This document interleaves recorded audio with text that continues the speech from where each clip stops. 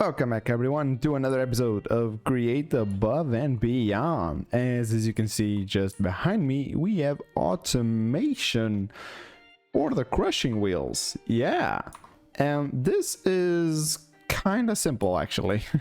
So if we go around here, we have mechanical arms doing everything for me.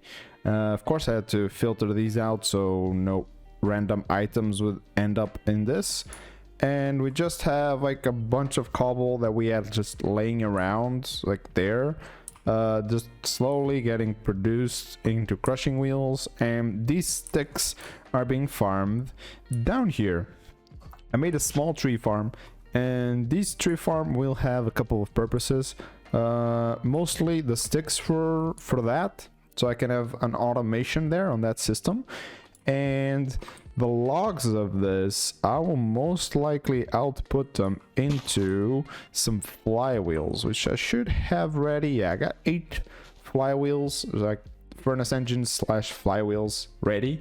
So those logs will be very handy, I'm not gonna lie. But something that's been bottlenecking this second factory like for quite a while is the lava automation. Of course, this is a very easy and cheap way to get lava, like very easy if you have the saplings, of course, and just have a bunch of pipes and arboreal extractors, which are pretty easy to do, and you can just output it into here. Now I have 75 buckets of lava, but that is basically nothing. It's because I'm out of mechanisms. If I put a stack of mechanisms there, let's just put a stack, like a precision mechanism, and you can see it does one at a time and then it stops for ages, because we have this set up for 72 buckets, which means it's just over 20 of these things. We have a stack here. So to counter that, I made this Nether Portal, and if we go through exactly through this tile over here, we end up here on that one, and this is very important because I will be tossing things around one side to the other through this Nether Portal. I cleared up a little bit of a room. It doesn't need to be this big, but the portal originally ended up here. I thought it was in the right place, it wasn't, so I had to move it backwards. I extended this, and we have a pretty big lava pool underneath here, which I can actually access through here. And how am I going to access this? I have a hose pulley, and a hose pulley is pretty cool and pretty useful because it's going to pull any type of liquid that it finds. So if I put it on water, it's going to find water, and if I put it on lava, it's going to find lava. It's going to pull it up, of course, given rotation energy, and then it's going to output it somewhere. And this is where it gets good, because as you can see, it can be used to fill in areas as well. But what I wanted to do is to extract the lava from this pool. I don't know if it shows here.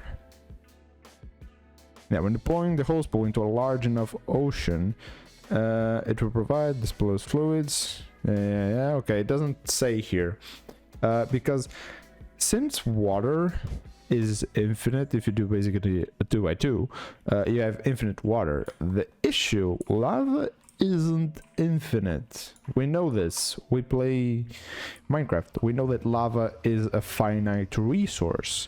Though out here in the Nether, there's massive lava lakes, like ginormous lava lakes, and they're most of the time they're all connected.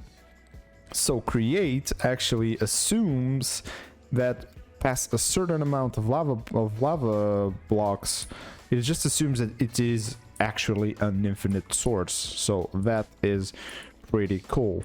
Now I need to somehow, I think that was actually a pretty good way to set it up. No. I need to give it like this. I want to give it this through here, so I'll make a power setup over there to power this thing and power some machines, which I'll do over here, and the output will be here into a tank, which will do me through here. I'm gonna do it into fluid cells, because I don't want to have to use pipes, or as less pipes than I can on this side. So I'm going to use fluid cells. They're kind of cheap to do. Just some rubber, some iron, some copper, some nickel. Pretty easy to do. Then just some obsidian and stuff like that. This is very basic, very basic. Just follow the recipe. So you're at this point, you should have everything you need. And this allows me to pull things from here and I'll put it somewhere else. So I can actually just put this thing here, pull from there, and I'll put it directly into a tank or into a spout or something like that, which is something that I want to do. And I don't know why this bugged out now. I want to use the lava to get spouted into a bucket, so it will give me a lava bucket. There you go. So if I spout lava, it will give me a lava bucket. And this is going to be very helpful, because what I'm going to do is set up an automatic bucket filling area. It's going to fill my buckets. It's going to send them through this tile. Yeah, this one right here. And then when it comes out here, it's going to get produced. It's going to get drained by these item drains, which they actually have a pretty cool animation, like, not gonna lie. Because the bucket's basically gonna flip through, up and over, and deposit the lava. Yeah, just like that. Deposit lava and then jump off into the other area, which will then get picked up, get put back into this area, and then sent through again. And I'll most likely even sort them out, like, into a barrel, because I want to get a second output of these buckets. I want to have some buckets fueling the, what's it called, the blaze burner that we have over there. Yeah, because I have to manually fill him up, and that's not cool. I want to have a deployer do that automatically. And this tank right here, I mean, I have a pretty good area once I clear this of things that I can use. And this tank right here will be the main tank that I'm gonna have for lava. This needs to be a little bit bigger, because I'm gonna send lava through here. I'm actually gonna dig this area underneath, so it has a pretty good way to reach some of the machines that actually need it, like that smelter over there. And so you have an idea of how big the ocean is. This is how big. You can't even see the end. And this is how I'm gonna get power. I'm gonna use magma on a water wheel, which gives me a magma wheel. And let's try this out, and boom. It's rotating the opposite way. Hold on. There it goes. It's going down now. It's gonna take it's really long while if I keep it like that, which I don't. That's why I brought myself my rotationary controller. This will allow me to hopefully speed this bad boy up. So I can just put this like 60, 96, and that output right there, that's 96 rotations, or at least 96 of that speed. So what I'm going to do is I'm going to quickly replace this thing, break this. That should have already reached the bottom, so you should technically have lava, I think. Yeah, but the way I'm going to power these is actually going to be with a belt. They should have a belt here, and that goes there, that goes there. Boom. It's so much faster. Holy Jesus. And we got lava. And as you can see, by putting this here, it actually tells you that the body of lava we found is considered infinite, because it's just so massive. So with having this basic setup, I put a bucket there, it goes here, the spout puts lava on it, then it goes and gets sent through the portal.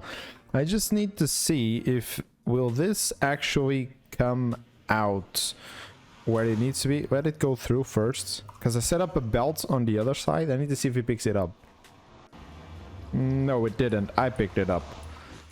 Okay, so I'll have to set up a hopper probably. Yeah, most likely I'll have to set up a hopper of some sort here.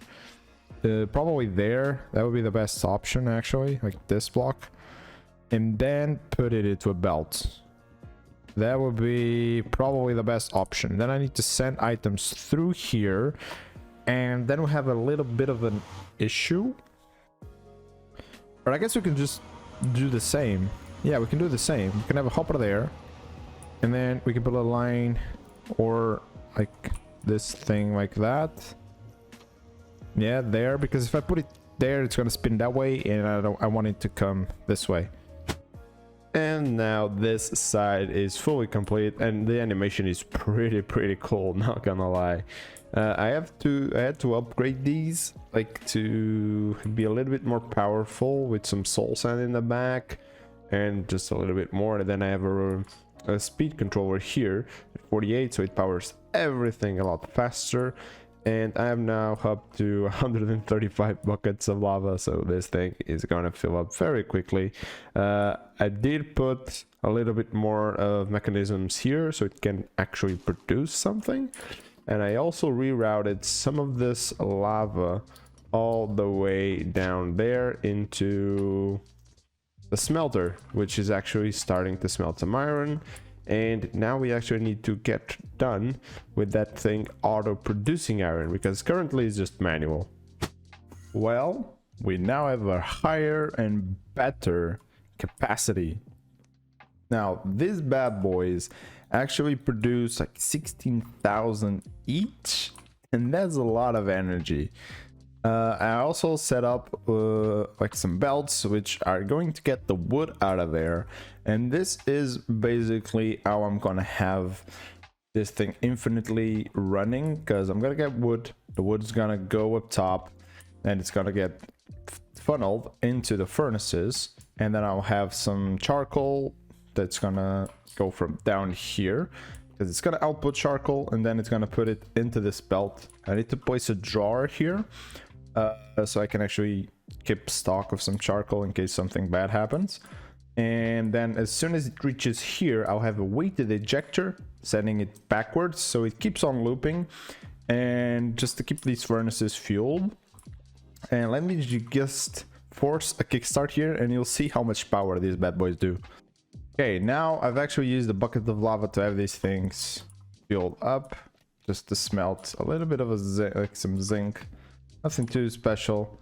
And this thing now will be producing like 16,000 each. Yeah, 16,384. And I already hooked it up upwards, which gladly didn't break anything. It just made everything faster for some reason. I don't know why. Now I just need to actually get the wood coming in, get this thing starting to be processed, and we're good to go. So after a little bit of tinkering around, and this is probably way overkill for what it actually needs to be, I think I have it all sorted out. Besides that little issue of that place not having enough height there, yeah, so it hits the ceiling and then dropping down, it kind of loses like the thingy, like when it goes up it's like a projectile, and then it just becomes an entity as soon as it hits the ceiling. It seems to be doing fine. The bottom one can still eject over here, which is all right, which means that eventually the drawer will just stack up, so that shouldn't be an issue. I should actually void draw this, and the wood is also coming in perfectly nice. I just put a buffer here because they come in 16 at a time, and I thought might as well just put it into a drawer and then just let them actually go there. I lost the drawer here at the end. I have a drawer for the wood. I don't need it, just put the block there, and it just ends right on top of the furnace. And we now have an enormous amount of power, and all my machines like run way faster. I don't know why, because it's coming from the same gearbox, so that's weird. Also, Why did she have strength? I don't know. But yeah, as you can see, we have 35,000 energy to spare. We have only like 20, we're only using 21%, which will allow me to now remodel this, which I still haven't made the iron generator. I just put iron here so this can actually work. But this tells me that my true bottleneck is this thing here. Even though this is going like crazy fast, this is not fast enough. I need to do crushing wheels here so this thing actually goes a whole lot smoother. Okay, now that I have tons and tons of power, I now made the iron farm, which has a smart chute to pick up all the flint to go down, and something tells me that it's not oh no, it did pick it up, right? Yeah, it should be picking up. The iron is gonna get picked up by that funnel going back here into a drawer, which then just takes it into this hopper that puts it here to be smelted. So we should be good. I also did a void upgrade on this drawer. Yeah, it's getting the flint. It's got 21, so that's fully working. We did also change the one at the back, this one, so now it has crushing wheels as well, and this thing is just a lot faster now. So basically what's not keeping up at the moment is the charged quartz, which I don't know how to make it faster. The only way I think I could make this thing faster, wait, why is it not outputting? Oh no, it's not the quartz. It's this one. Sorry. It's this quartz, not that other one. This one.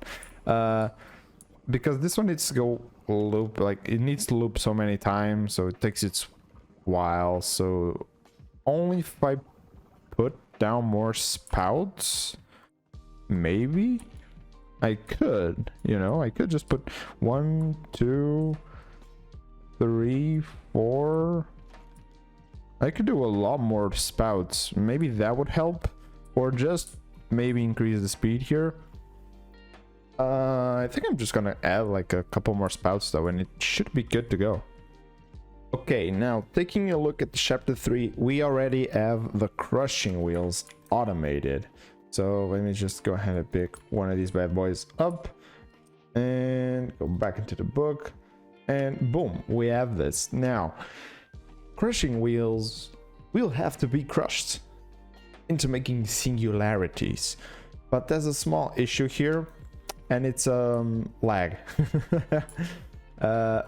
Basically I noticed that this area, it has so many machines running at such a high power because of those things, that I'm starting to get a little bit of frame drops. So I think I should actually move to the third factory, which is ideally, ideally that's what I would do anyways. And I was thinking of something like this area. I guess we can go and take a look. So here, it's pretty decently flat. I don't need to remove not many trees, and I'm just wondering is it gonna snow? I really hope it doesn't, because that will be very, very bad. I thought these would be snow patches, but no, there's actually diorite. So I guess I can start doing the third factory over here. But you know what? That's gonna be for the next episode, because I will have to set up some carts. So like I have this one that's going to bring the things that I need from this place over here. So I will have to go and get rid of some trees, or I can just actually make it at this level and then go there.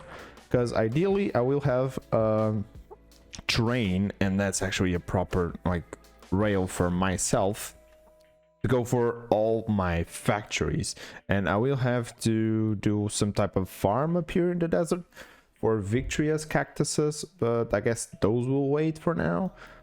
And I think this is a really good spot. All of this, it's kind of big, so I can take as much space as I need. It's decently flat. I can flatten it out pretty easily. and it's not that far away from my second factory, so I'll probably do something like going through here and then coming down to me. But that's all for the next episode. So hope you guys enjoyed the video. Don't forget to like and subscribe if you haven't. And there's a couple of random memes over here, so I'll grab those. But see ya in the next one.